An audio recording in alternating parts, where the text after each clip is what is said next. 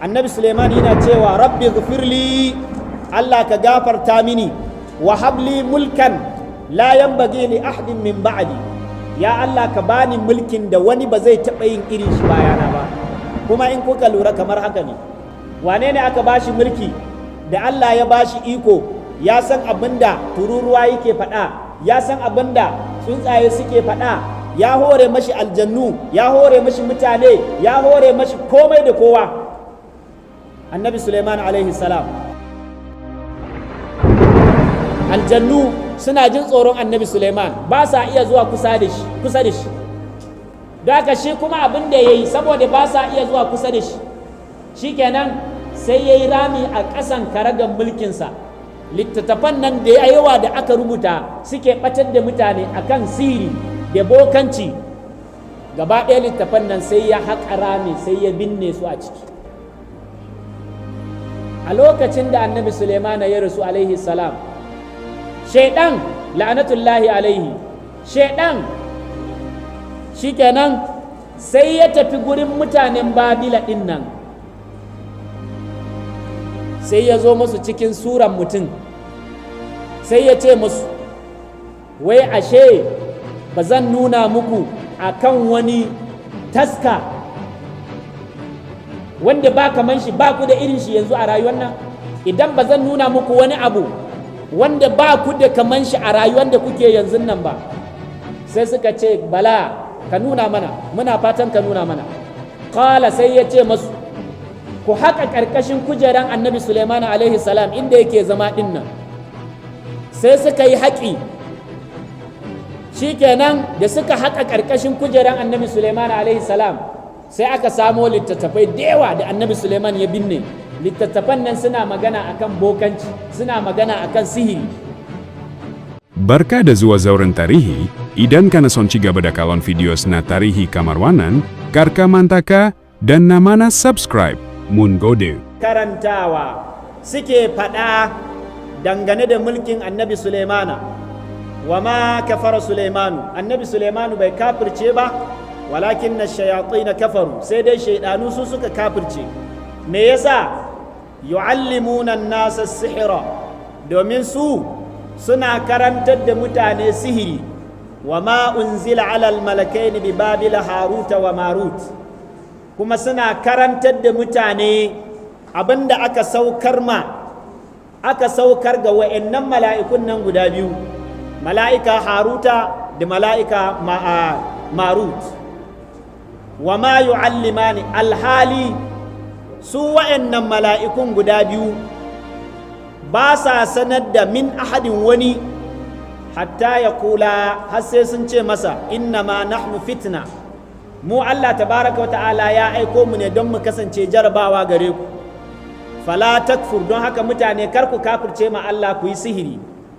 Fa yata'allamuna minhuma, sai mutane suka dinga koya daga gare su, daga wayannan mala'ikun nan guda biyu, Haruta da Maruta, ma yufarriquna bihi bainal mar'i wa zawjihi, abinda za su rabe tsakanin mutum da matansa. Wa ma hum bidarrina bihi min ahadin illa bi idhnillah, alhali su mutane masu harkan sihiri, masu harkan shedanci, masu bima shedanu, ba su isa su cutar da kowa ba da sihirin nan da suke yi, illa bi idhnillah, sai da izinin Allah, sai bisa yanda Allah tabaraka wa ta'ala ya riga ya kaddara. Wala qad alimu illa bi idhnillah wa yata'allamuna ma yadurru, suna karanta, suna koyon abinda zai cutar da su, wala yanfa'uhum, ba zai amfane su ba. Wala qad alimu, hakika sun sani, laman ishtarahu, duk wanda ya koyi harkar sihiri, ma lahu fil akhirati min khalaq, bai da rabo a lahira, bai da gidan aljanna, bai da rahamar Allah subhanahu wa ta'ala. Wala bi'sa ma sharau bihi anfusahum, kai Allah wadarai da abin da suka zaben makawunan su, suka sayo makawunan su na bin al'amarin shaidanu, na yin sihiri. Law kanu ya'lamun, amma fa da sun kasance sun sani, da sun sani da wannan ba wannan abin suka yi ba. Yan uwa masu albarka, wannan ayar tana da alaka da ayar da aka karanta kafin ta. a lokacin da manzo ya zo ma Yahudawa daga Allah kuma manzon nan yake yana gaskata abinda ke tare da su na littafin attaura, wasu daga ciki na baza fariƙun minhum, wasu daga cikinsu sai suka yi watsi da littafin attauran. Na baza fariƙun min allazina utul kitaba kenan, wa'anda aka ba su littafi sai suka yi watsi da littafin attaura kine kitaballahi wara a zuhurihim, suka yi watsi da shi bayan suka daina aiki da shi. Ka annahum la ya'lamuna, kai ka ce su ba su sani ba. Da suka yi watsi da littafin attauran nan, wattaba'u ma tatalu shayatin, sai suka bi maimakon su bi littafin attaura, maimakon su yi aiki da littafin attaura, su yi aiki da abin da attaura yake karantarwa, a madadin haka wattaba'u sai suka bi ma tatalu shayatin, abin da shaidanu suke karantawa, suke ba da labari ala mulki Sulaimana, dangane da mulkin annabi Sulaimana alaihi salam. Me haka yake nufi?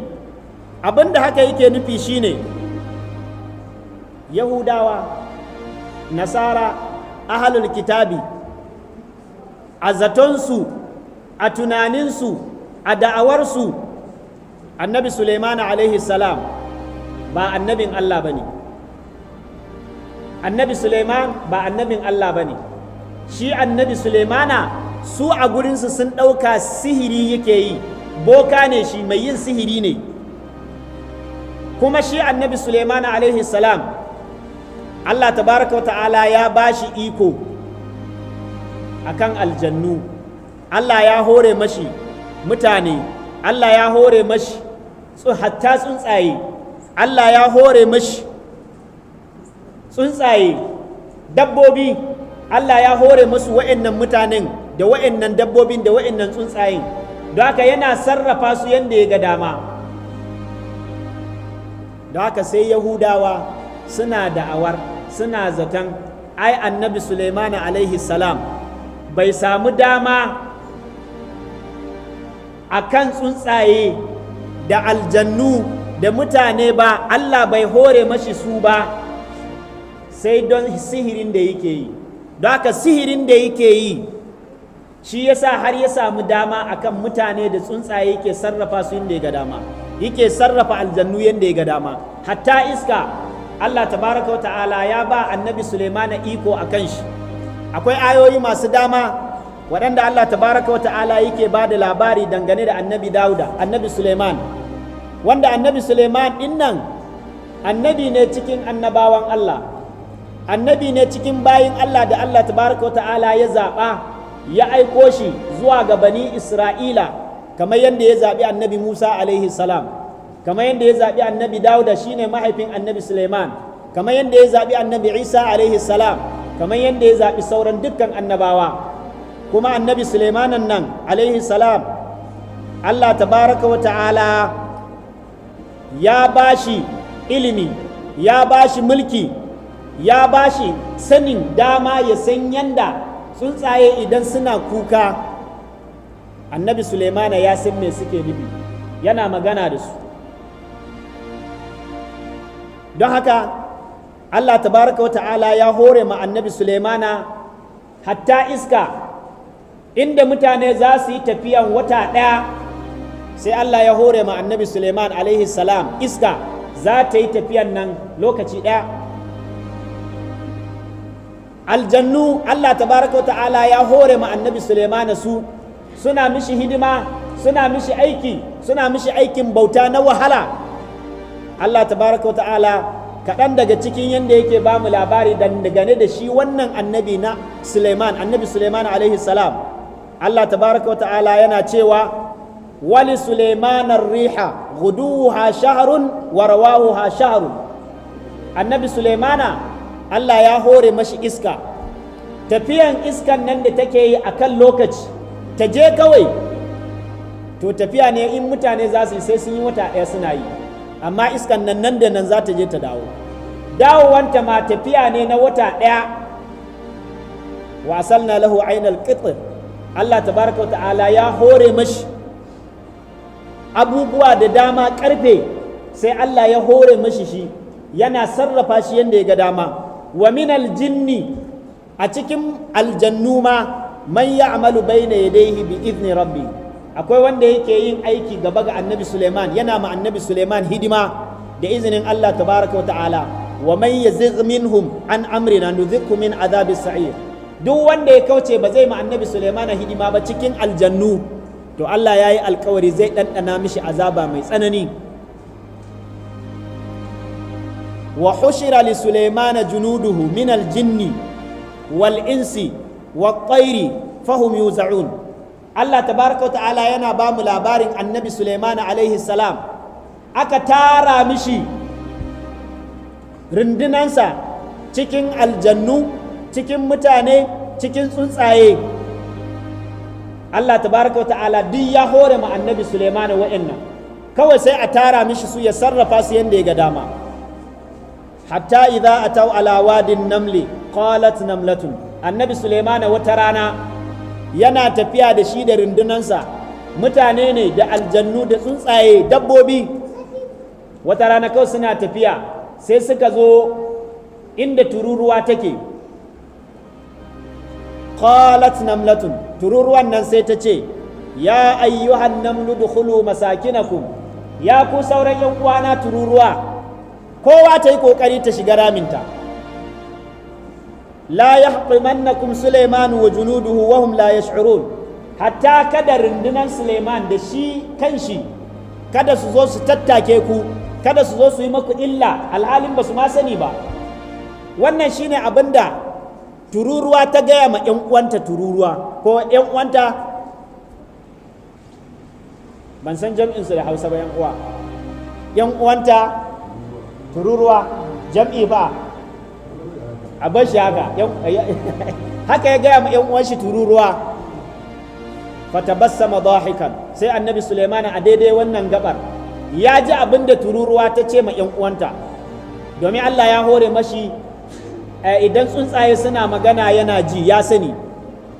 Don haka da ya ji abin da ta faɗa, fatabassama dahikan, kawai sai ya yi murmushi min qawliha, sakamakon abin da wannan tururuwan ta faɗa. Wa qala, sai ya ce, rabbi auzi'ni an ashkura ni'mataka allati an'amta alayya wa ala walidai, ya Allah ka taimaka min in gode ma ni'iman da kai min. Annabi Suleiman alaihi salam, Allah ya mishi ni'imomi iri-iri, Allah ya bashi mulki. Annabi Suleiman yana cewa rabbi ghfirli, Allah ka gafarta mini, wa habli mulkan la yanbaghi li ahadin min ba'di, ya Allah ka bani mulkin da wani ba zai taɓa yin irin shi bayana ba. Kuma in kuka lura kamar haka ne, wane ne aka bashi mulki da Allah ya bashi iko, ya san abin da tururuwa yake faɗa, ya san abin da tsuntsaye suke faɗa, ya hore mashi aljannu, ya hore mashi mutane, ya hore mashi komai da kowa. Annabi Suleiman alaihi salam, Allah ya ce rabbi habli mulkan la yanbaghi li ahadin min ba'di, ka hore man mulkin da wani bai kamata ya samu irin mulkin nan ba bayana. Innaka antal wahhab, ya Allah kai mai iko ne, kai mai badawa ne. Fasakharna lahu riha, Allah ya ce mun hore ma annabi Suleiman iska, tajri bi amrihi, iskan nan tana tafiya da ikon annabi Suleiman. Rukha'an haythu asaba, duk inda ya ga dama haka zai tura iskan nan ta tafi. Washayatina, sannan shaidanu ma Allah tabaraka wa ta'ala ya hore ma annabi Suleiman su. Kulla banna'in, duk wani wanda ke gini, wasu suna gini, wasu suna shiga cikin kogi. Wa akharina muqarranina fil asfar, wasu ko suna a tirke, an tirke su, suna daddaure. Wannan shine kaɗan daga cikin abubuwan da Allah tabaraka wa ta'ala ya hore ma annabi Suleiman. Kuma annabi Suleiman annabin Allah ne cikin annabawa. To amma Yahudawa, irin wannan abin da Allah ya ba annabi Suleiman alaihi salam, sai suka ce ai shi annabi Suleiman atafau ba annabin Allah bane, shi sihiri yake yi. Da haka sakamakon sihirin nan da yake yi, shi yasa Allah tabaraka wa ta'ala ya hore mashi aljannu, shi yasa Allah ya hore mashi tsuntsaye, shi yasa Allah ya hore mashi mutane, shi yasa Allah ya hore mashi shaidanu, yana sarrafa su yadda ya ga dama. Hatta iska, to a lokacin da yahudawa suka yi wannan da'awar suka jingina ma annabi Sulaiman alaihi salam, shine Allah tabaraka wa ta'ala yake ƙaryata su, yake gaya musu cewa ƙarya ne wannan, yake tabbatar da cewa annabi Sulaiman annabin Allah ne. Don haka lokacin da manzan Allah ya zo musu yana gaskata abin da ke tare da su na littafin attaura, sai kawai wani ɓangare cikin yahudawan nan sai suka yi watsi da littafin attauran, suka yi watsi da shi a bayan suka yi wurgi da shi, sai suka ɗauki littafin da Asif bin Barkhiya ya rubuta, wanda a cikin littafin nan akwai bayanai da dama. Na daga ciki shine su yahudawa suna da'awar cewa annabi Sulaimana ba annabin Allah bane, don haka shi sihiri yake yi. To shine Allah tabaraka ta'ala yake ba mu labari, yana ba da labari kuma yana ƙaryata su. Shine da suka yi watsi da littafin attauran nan, wattaba'u ma tatlu shayatin, sai suka bi abin da shaidanu suke karantawa dangane da mulkin annabi Sulaiman. Shine Imamul Qurtubi yake cewa a daidai wannan gabar, da shi da Ibnul Jauzi da Imamul Qabari da wasu daga cikin malamai masu girma, abinda aka ruwaito daga Ibnu Ishaq yake cewa lamma zukira Sulaimanu fil anbiya'i, lokacin da aka ambaci annabi Sulaiman cewa yana cikin annabawan Allah, qala yahudul madinati, yahudawan garin Madina da manzan Allah sallallahu alaihi wasallam yake musu da'awa, yake kiransu zuwa ga Allah, sai suka ce ala ta'jibuna li Muhammadin, wai dan Allah ba za ku yi mamaki game da annabi Muhammadu ba, abin da yake da'awa, abin da yake faɗa. Yaz'amu, yana da'awar, yana zaton anna ibna Dauda, cewa ɗan annabi Daudu. Wane ne ɗan annabi Daudu? Annabi Sulaiman alaihi salam. Muhammadu sallallahu alaihi wasallama a nasu da'awar yana zaton cewa ɗan annabi Dauda kana nabiyan, wai shi annabin Allah ne, wa ma kana illa sahira, ɗan annabi Dauda ɗin nan bai kasance komai ba sai mai sihiri, shi sihiri yake yi. Wannan shine abin da yahudawan Madina suka faɗa, wannan shine abin da wani ɓangare na yahudawa a lokacin nan da ya wurgi da littafin attaura sai suna biye ma maganganun wasu da suke da'awar cewa annabi Sulaiman alaihi salam ba annabin Allah bane, duk da falalan da Allah ya mishi, duk da matsayin da Allah ya mishi, sai suna ganin ba annabin Allah bane, sai suna bin abin da shaidanu cikinsu suke karantawa.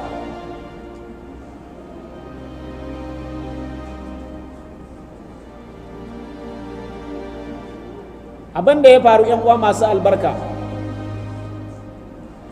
annabi Sulaimana annabin Allah ne, annabi Sulaimana annabi ne da Allah ya mishi daraja da falala, amma ku sani ba wani annabin Allah da zai zo face sai an samu waɗanda suke makiya ne gare shi, waɗansu ba za su yi imani da shi ba, waɗansu su ƙirƙiri sharri su jingina ma annabin nan, kamar yadda suka kirkiri sharri suka jingina ma annabi Suleiman a nan, suka ce shi sihiri yake yi.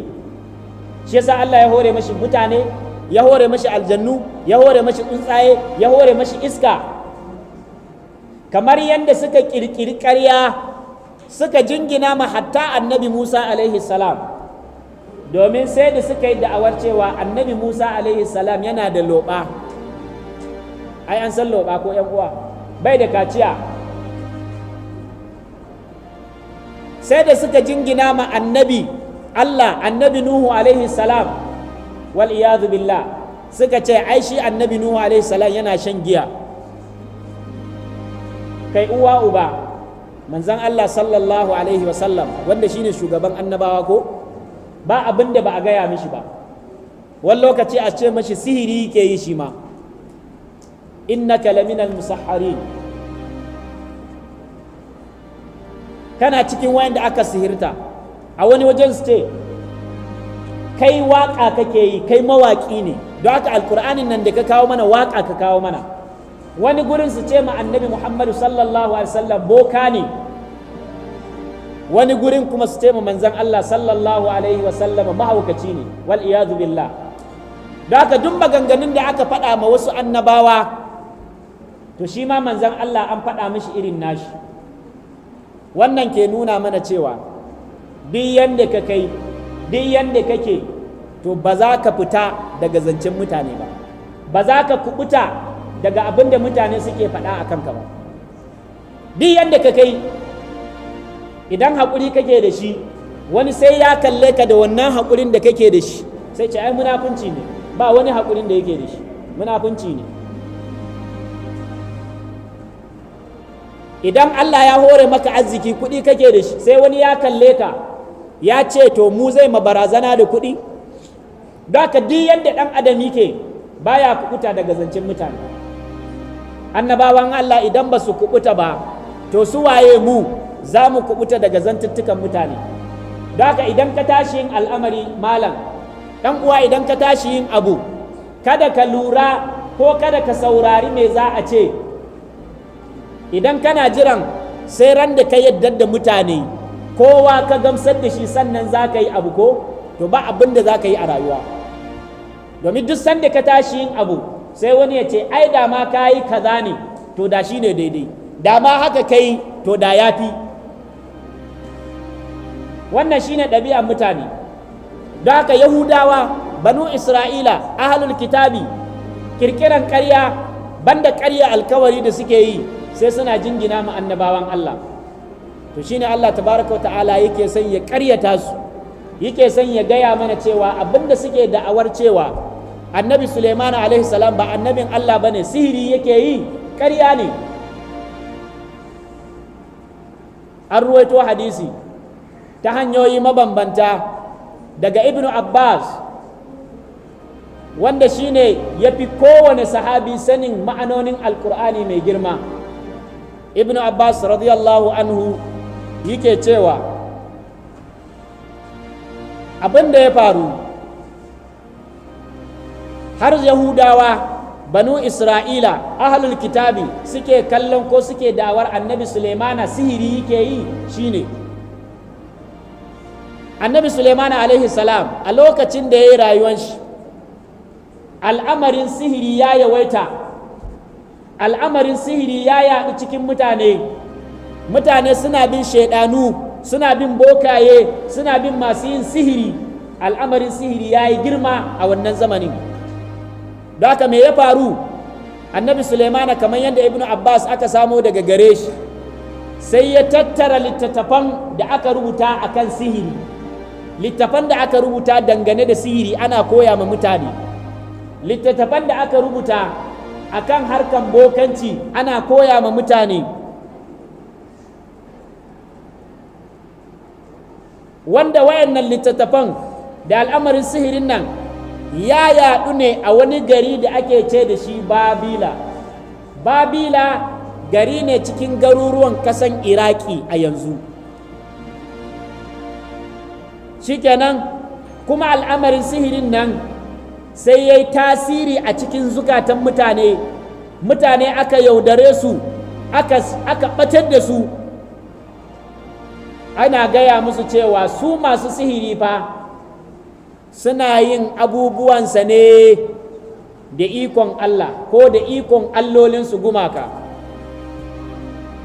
Don haka sakamakon haka sai mutane da yawa suka dinga bauta ma gumaka, suka dinga bauta ma taurari. Don haka sai annabi Sulemana me yayi? Sai ya tattaro wa'annan littattafan da aka rubuta dangane da sihiri, littattafan da aka rubuta dangane da bokanci, littattafan da aka rubuta da suke batar da mutane. Sai annabi Suleiman alaihi salam sai ya taro su, sai ya zo ya haƙa rami a ƙarƙashin karagar da yake zama, kujeran da yake zama na mulki. Kuma a lokacin nan shaidanu, Allah ya hore ma annabi Suleiman shaidanu, ko ba haka ba? Allah ya hore mashi aljannu, Allah ya hore mashi mutane, Allah ya hore mashi hatta tsuntsaye.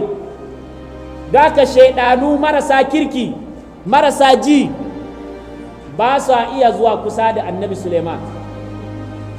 Aljannu suna jin tsoron annabi Suleiman, ba sa iya zuwa kusa da shi. Da haka shi kuma abin da ya yi saboda ba sa iya zuwa kusa da shi, shikenan sai ya yi rami a ƙasan karagan mulkinsa. Littattafan nan da yawa da aka rubuta suke ɓatar da mutane akan sihiri da bokanci, gaba ɗaya littattafan nan sai ya haƙa rami sai ya binne su a ciki.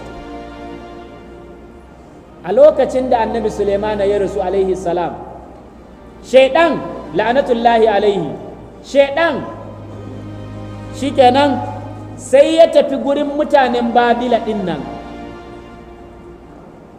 sai ya zo musu cikin suran mutum, sai ya ce musu, wai ashe ba zan nuna muku akan wani taska wanda ba kaman shi, ba ku da irin shi yanzu a rayuwar nan?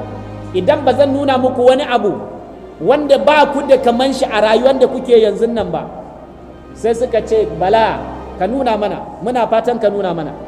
Kala sai ya ce masu, ku haƙa ƙarƙashin kujeran annabi Suleiman alaihi salam inda yake zama ɗin nan. Sai suka yi haƙi, shikenan da suka haƙa ƙarƙashin kujeran annabi Suleiman alaihi salam, sai aka samo littattafai da yawa da annabi Suleiman ya binne. Littattafan nan suna magana akan bokanci, suna magana akan sihiri. Me yasa ya yi haka? Ya yi haka ne don ya kare mutane kada su faɗa bokanci. Ya yi haka ne don ya kare mutane kada su faɗa harkan sihiri. Domin lokacin nan mutane sun ruɗu da al'amarin sihiri, mutane sun ruɗu da al'amarin bokanci.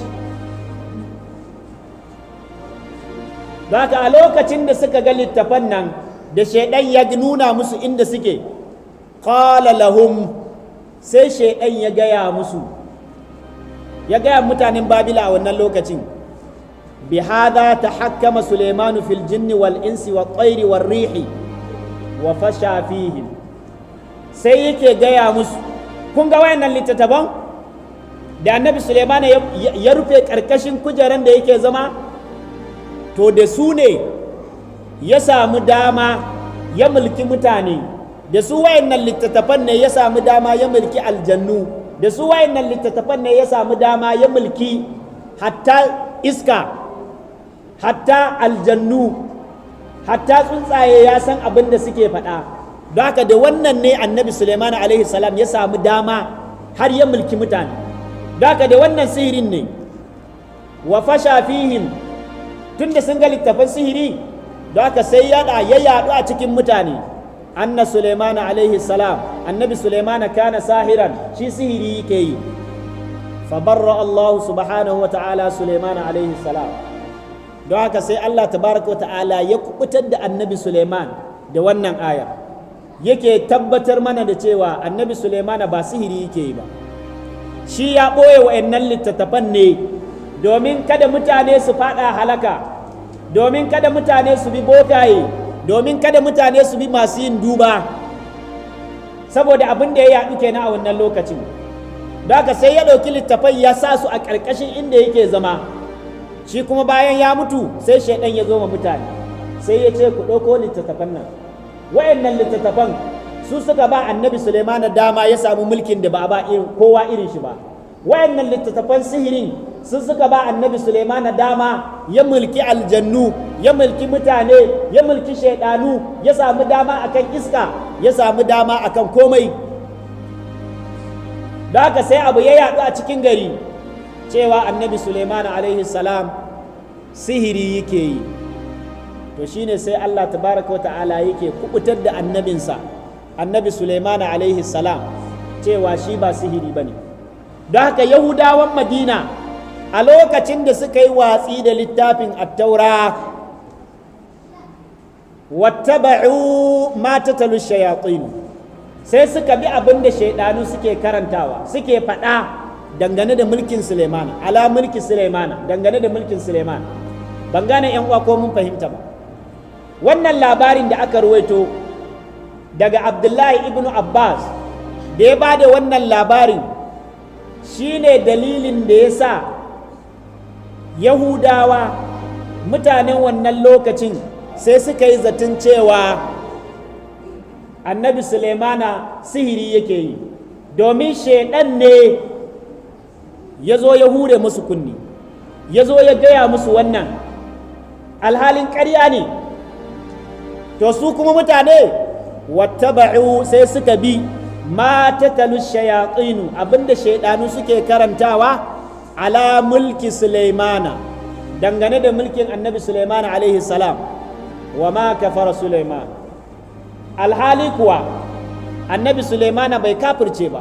Shine ma'anar wa ma kafara Sulaiman, annabi Sulaiman bai kafirce ba. Me yasa Allah ya ce haka yan uwa? Saboda yana son ya gaya mana cewa, yana son ya nuna mana cewa sihiri kafirci ne. Duk da sihiri nau'i ne, amma sihirin da ake magana a nan to sihiri ne na kafirci. Don haka sihiri kafirci ne, kamar yadda Allah tabaraka wa ta'ala ce wa ma kafara Sulaiman, annabi Sulaimana bai kafirce da yin sihiri ba. Ma'ana annabi Sulaimana bai yi sihiri ba, domin sihiri kafirci ne, annabi Sulaimana kuma bai yi shi ba, ballantana ya kafirce yan uwa.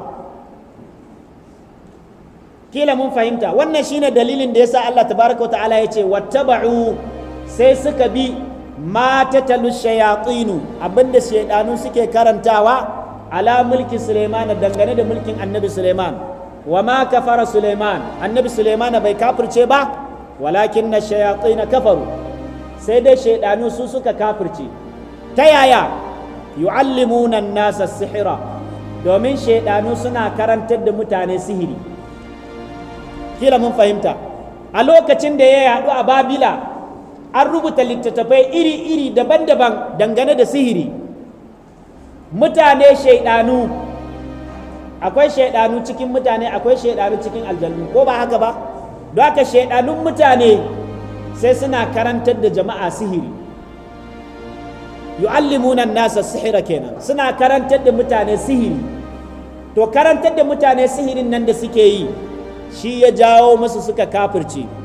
Yu'allimuna nasa as-sihira, suna karantar da mutane sihiri, da haka sai suka kafirce. Tambaya a nan yan uwa, menene sihiri?